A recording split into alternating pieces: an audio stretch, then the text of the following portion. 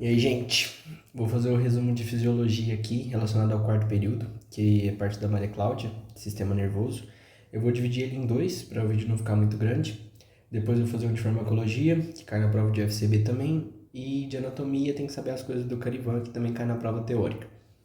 Eu vou dividir esse vídeo aqui em dois para ficar mais fácil de entender e vou trabalhar em etapas. Espero que gostem aí. Se tiver algum erro, alguma coisa do tipo, comenta aí no vídeo embaixo aí que eu mudo, né? Porque eu não sei se estou falando tudo certo também. E se tiver alguma dica, alguma coisa, like, tô aceitando tudo. Tudinho. Vou começar a gravação aqui. Então, gente, a primeira coisa que você tem que saber é que o sistema nervoso, ele é dividido. Você tem que saber a subdivisão dele. O sistema nervoso, ele é dividido em central e periférico. O sistema nervoso central, ele contém dois componentes, que é o encéfalo e a medula, certo? O encéfalo, ele é formado pelo cérebro, mais o cerebelo, mais o tronco.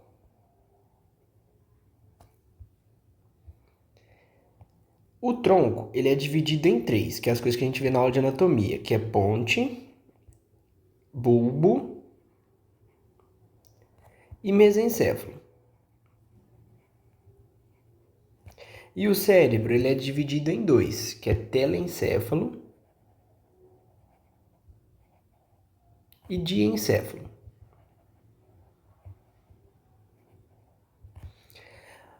Exato. Aí vai sobrar a medula aqui, que também faz parte do sistema nervoso central. O sistema nervoso central, ele é tudo aquilo que tem dentro da calota craniana e também vai descer para a medula.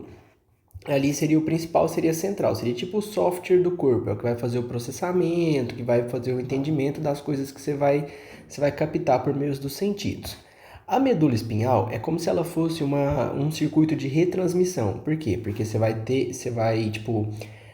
por exemplo, você vai encostar a mão no fogo, aí você vai sentir o fogo. Esse sinal vai chegar até a sua medula e a sua medula vai retransmitir ele para o cérebro. Aí o cérebro vai interpretar esse sinal e vai retransmitir outro sinal por meio da medula para que você tire a mão do fogo. Mais para frente eu vou explicar melhor sobre isso. E um outro fator relacionado à medula é que ela está muito relacionada à questão da marcha do paciente. A marcha ela é um circuito medular. Então, se chega um paciente, a marcha é um circuito medular que ela sofre influência do cérebro. Então, se chega um paciente no seu consultório e ele está com uma marcha tipo que não é típica, que é uma marcha atípica no caso, você tem que investigar se ele tem algum problema no sistema nervoso, porque assim, antes de você começar a conversar com ele, você já tem que levantar uma suspeita sobre isso.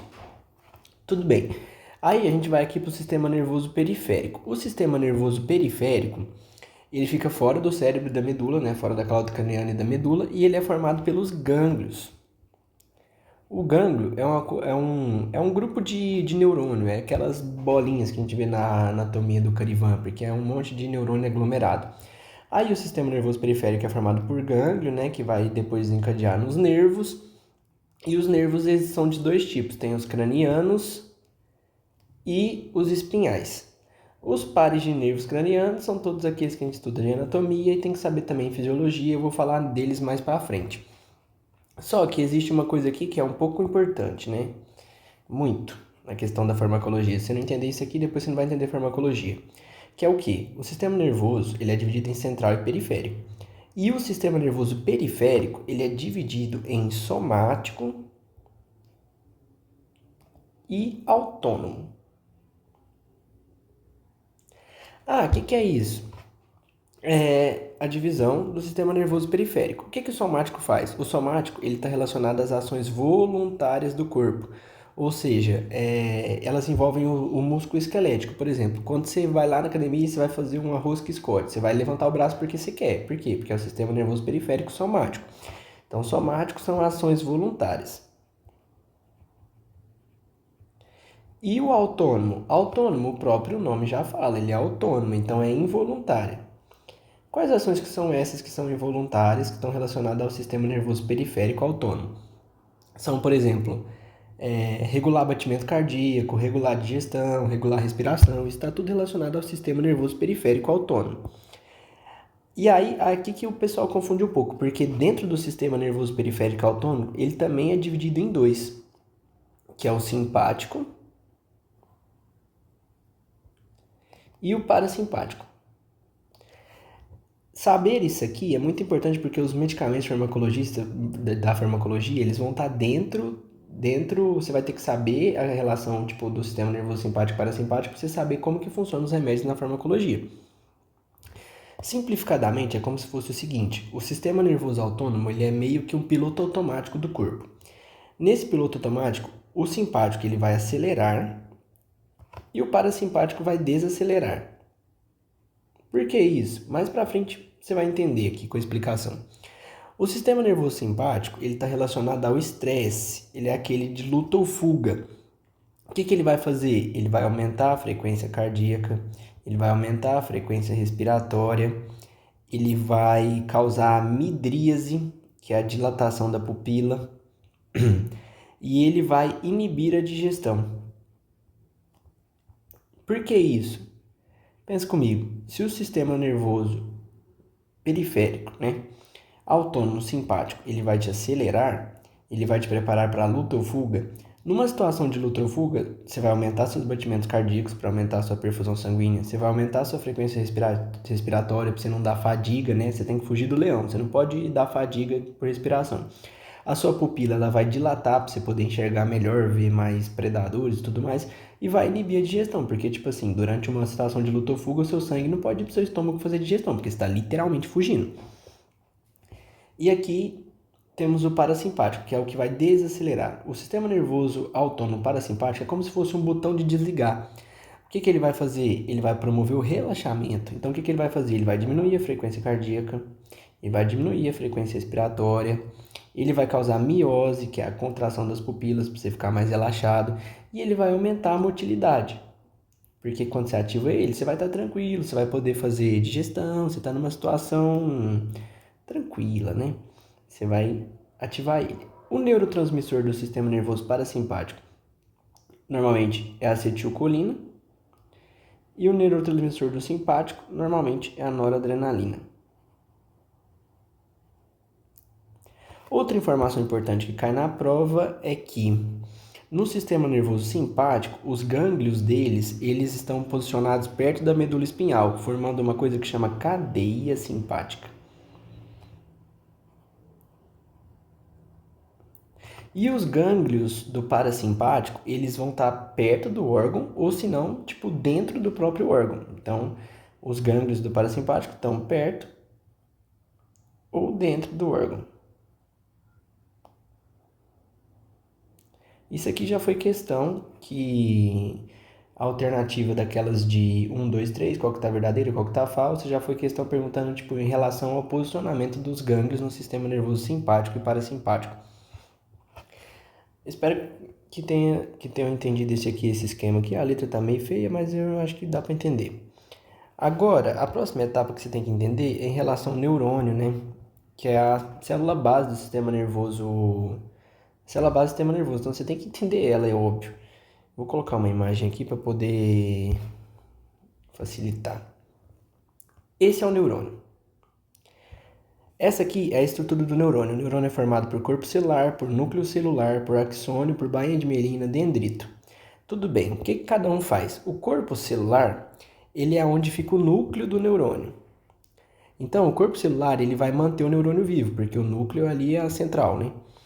O dendrito é como se fossem os braços ali que vão receber a mensagem de um outro neurônio. Como que essa mensagem vai chegar? Via impulso nervoso, que é a forma de comunicação entre os neurônios. A bainha de mielina é uma estrutura isolante presente no axônio. O que é esse axônio? O axônio é esse fio que ele vai levar a mensagem de um neurônio para o outro. Vai receber a mensagem aqui no braço, vai passar pelo fio. A bainha de mielina é uma estrutura isolante nesse fio chamado axônio. Para quê? Porque como o impulso é elétrico, o impulso vai chegar aqui no braço, vai passar no núcleo, aí quando ele chegar aqui, ele vai se tornar saltatório, porque como a bainha de mielina é isolante, o impulso vai saltar ela. Isso faz com que o impulso elétrico se torne mais rápido. Isso facilita no processamento das informações, que tipo assim, vão ser milissegundos. Se não tiver bainha de mielina, o impulso vai passar de forma mais lenta, porque ele não vai ser saltatório. Aqui vale destacar a vitamina B12. A vitamina B12 ela está relacionada à produção da bainha de mielina. Então, você vai ter que, se você tiver com algum problema na bainha de mielina, você vai fazer a aplicação de vitamina B12 e essa aplicação ela tem que ser injetável. Se você tem problema na bainha de mielina, você pode ter uma doença que é chamada de esclerose múltipla. O que essa doença faz? Essa doença ela vai destruir as bainhas de mielina, é uma doença autoimune.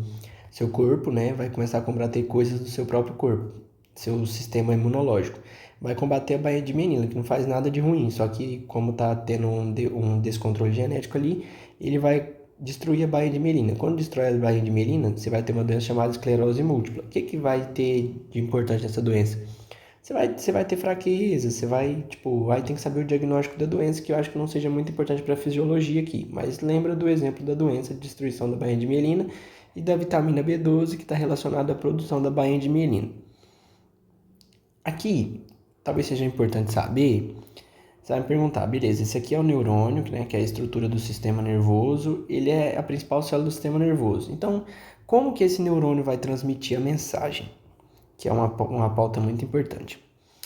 Então, o neurônio, ele vai mandar a mensagem, primeiro ele vai gerar um impulso elétrico. Esse impulso elétrico vai percorrer o axônio e você vai chegar no chamado potencial de ação.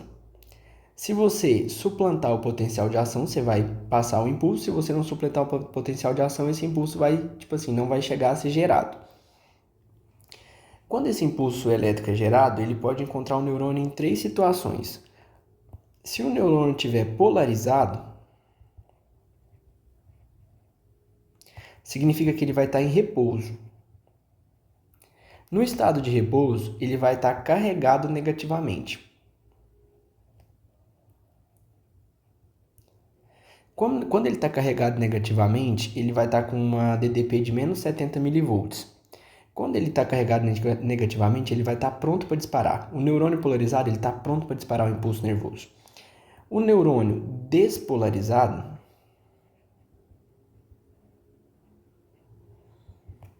significa que quando ele recebe o estímulo, a carga ela vai mudar e o neurônio vai mandar o sinal. Ou seja, o neurônio estava lá de boas polarizado. Aí ele recebeu o estímulo, ele vai despolarizar. Ou seja, ele vai mudar a carga, né? A carga da membrana dele vai mudar e ele vai mandar propagar esse estímulo, né? Ele vai receber esse estímulo e vai começar a propagar ele. A partir disso, depois, ele pode estar repolarizado. Um neurônio repolarizado, ele vai voltar ao estado de repouso. Para voltar ao estado de repouso, ele vai ter que repolarizar. E para repolarizar, ele vai usar a bomba de sódio e potássio. Aí essa bomba de sódio e potássio vai repolarizar a membrana do neurônio e ele vai voltar para o estado de repouso. Então, basicamente, é isso. Tem a questão do potencial de ação, do impulso elétrico. Primeiramente, o neurônio vai estar polarizado, vai despolarizar ele e com essa despolarização vai mandar o impulso nervoso. E depois, para que ele receba outro estímulo, ele vai ter que se repolarizar novamente, para ele voltar para o repouso e receber um outro estímulo, para que ele propague esse outro estímulo. Aqui, vale a observação da questão da hiperpolarização. O que é essa hiperpolarização? A hiperpolarização é quando o neurônio ele vai ficar super negativo, né? Se ele fica super negativo, vai dificultar o disparo, vai dificultar a excitação do neurônio. Então, se eu dificultar a excitação do neurônio, você vai ter menos estímulos. O que isso acarreta? Por exemplo, aí está relacionado à farmacologia dos benzodiazepínicos. Os benzodiazepínicos são aqueles medicamentos terminados em pan, que é o clonazepam, diazepam, esses medicamentos. O que esses medicamentos fazem? Eles vão causar um influxo de cloro.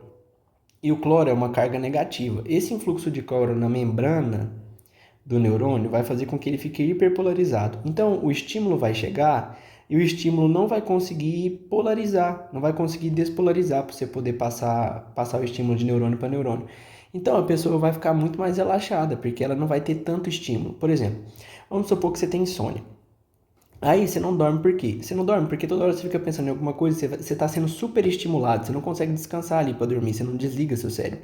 Se eu tomo um benzodiazepínico, que é para tratar, no caso, insônia ou tratar ansiedade, esse benzodiazepínico, ele vai hiperpolarizar a membrana da minha célula. Com isso, os estímulos que vão vir, eles não vão conseguir serem propagados, porque a membrana da célula está hiperpolarizada negativamente.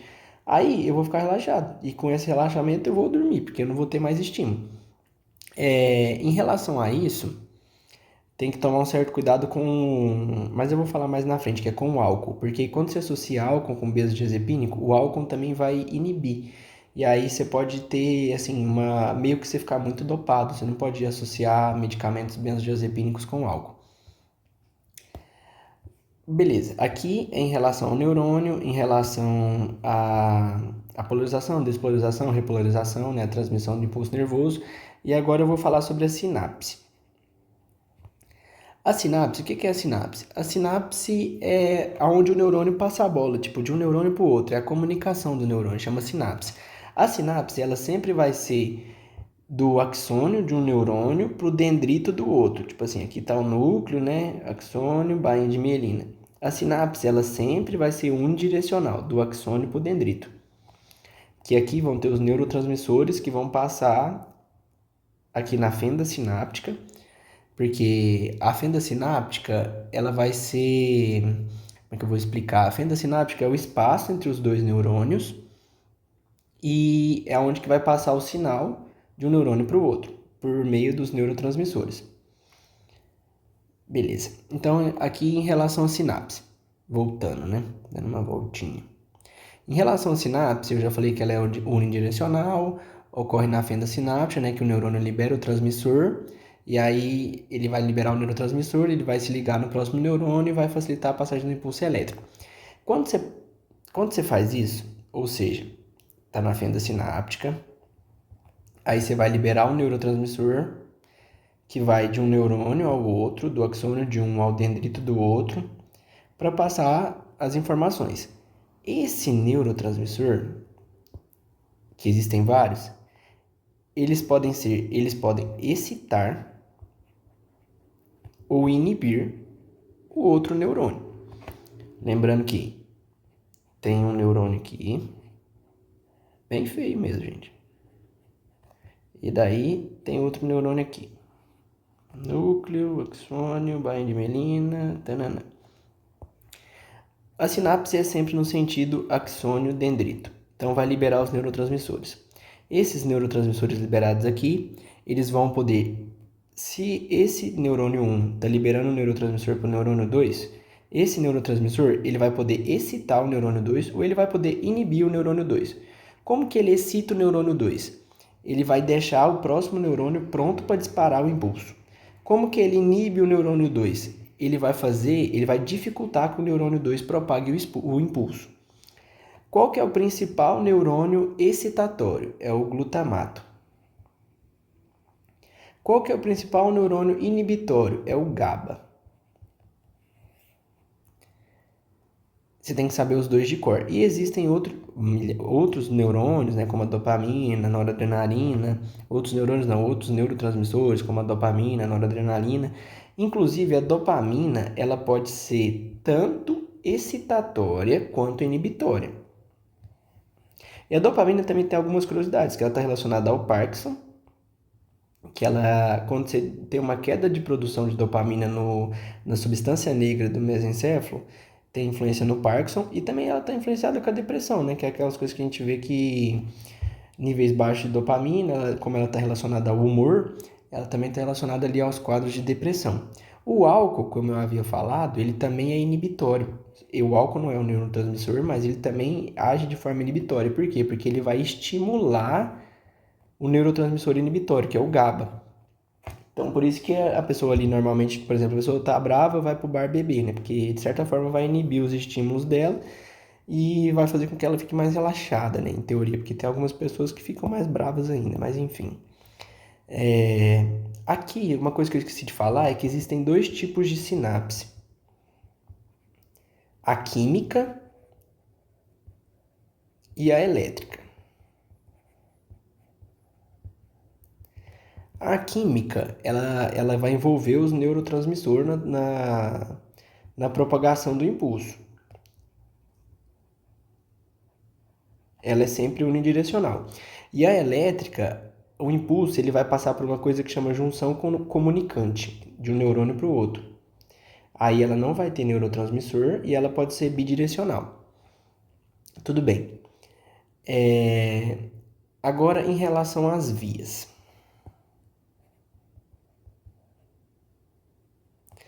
As vias podem ser aferentes ou eferentes. A via aferente é a via sensorial. Ela vai levar as informações do cérebro para o corpo. Não, ao contrário, gente. Ela vai levar as informações do corpo para o cérebro. Por quê? Porque é sensorial. Então, assim, a via eferente é motora. Vai levar do cérebro para o corpo. Essas vias, elas estão presentes na medula. Então, o que acontece? Por que a motora vai levar do cérebro para o corpo? Porque não faz sentido a motora ser do corpo para o cérebro, né? Porque o cérebro não mexe. Então, por aí dá para você fazer um raciocínio. A via aferente, que é a sensorial, por exemplo, quando você toca uma panela quente, o sensor, né, assim, as coisas da sua pele, Ruffini, Pacini, eles vão pegar essa sensação e vão mandar para a medula. A medula, ela vai pegar esse estímulo, transformar ele ali no impulso, né, porque ela é uma zona de integração, e vai mandar ele para o cérebro. Isso que é a via aferente. Quando esse impulso chegar no cérebro, o cérebro vai interpretar ele, vai falar, nossa, estou colocando a mão no fogo, eu quero tirar a mão. Então aí ele vai mandar a informação, né, o comando de tirar a mão para a medula vai pegar e gerar essa resposta motora. A resposta motora é sempre eferente, que vai vir do cérebro, ela vai pegar pela via eferente, né, que é motora, e aí você vai tirar a mão do fogo. Então basicamente é isso. Colocando uma imagem aqui para facilitar. Aqui, ó. É isso. Você pôs a mão no cacto, você vai ativar qual via? Você vai ativar a via eferente, que é a sensorial. Então aqui você vai sentir, vai chegar na sua medula pela parte eferente, pela parte aferente. Chegou na sua medula pela parte aferente, a medula vai retransmitir para o cérebro. O cérebro vai interpretar essa sensação. Fala, nossa, eu encostei no cacto. Aí, nossa, eu tenho que tirar a mão. Aí o cérebro vai mandar a informação de tirar a mão pela via eferente da medula. Vai chegar aqui e você vai tirar a mão. Então são duas vias medulares, né, que estão relacionadas à sensação e movimento. Não é tão difícil de entender, não. Mas talvez você pode chegar a confundir isso. Aqui entra a questão que seria um pouco mais difícil, né? Que essas vias nervosas, elas são caminhos formados por fibras nervosas que vão transmitir esse sinal do corpo para o cérebro, do cérebro para o corpo. Então, essas vias nervosas, elas vão permitir a comunicação entre cérebro, corpo e medula. Essa é a função dela. A sensorial vai ser do corpo para o cérebro, por exemplo, toque, dor, temperatura. E a motora vai ser do cérebro para o músculo, por exemplo, movimentos voluntários, que é como se fosse tirar a mão do cacto. Aí existem os exemplos das vias, que normalmente caem na prova. A via espinocerebelar.